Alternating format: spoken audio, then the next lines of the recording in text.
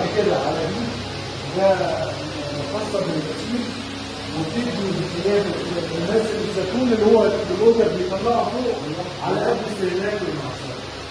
دي مرحله الغسيل. بعد كده حضرتك بتخش على الجزء الزيتون اللي تحت ده زيتون مكسور ده مكسور. وده يدخل من الانبوبه دي نتيجه الورق اللي طلع فوق حضرتك. الورق ده بيطلع حضرتك على كان شغال احنا بطلنا الخط كله عشان الشغل.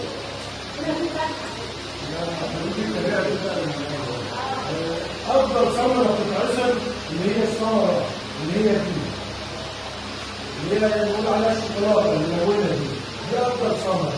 دي المفروض جدا حضرتك منها 60%، و40% زي ما احنا شايفين الاسمر مع الاخضر، دول يدينا 40%. لا نوع واحد يعني احنا بنقصد جدا الناس بتستخدم فقط العصير عشان تاخد الناس الاستثمار دي اعلى.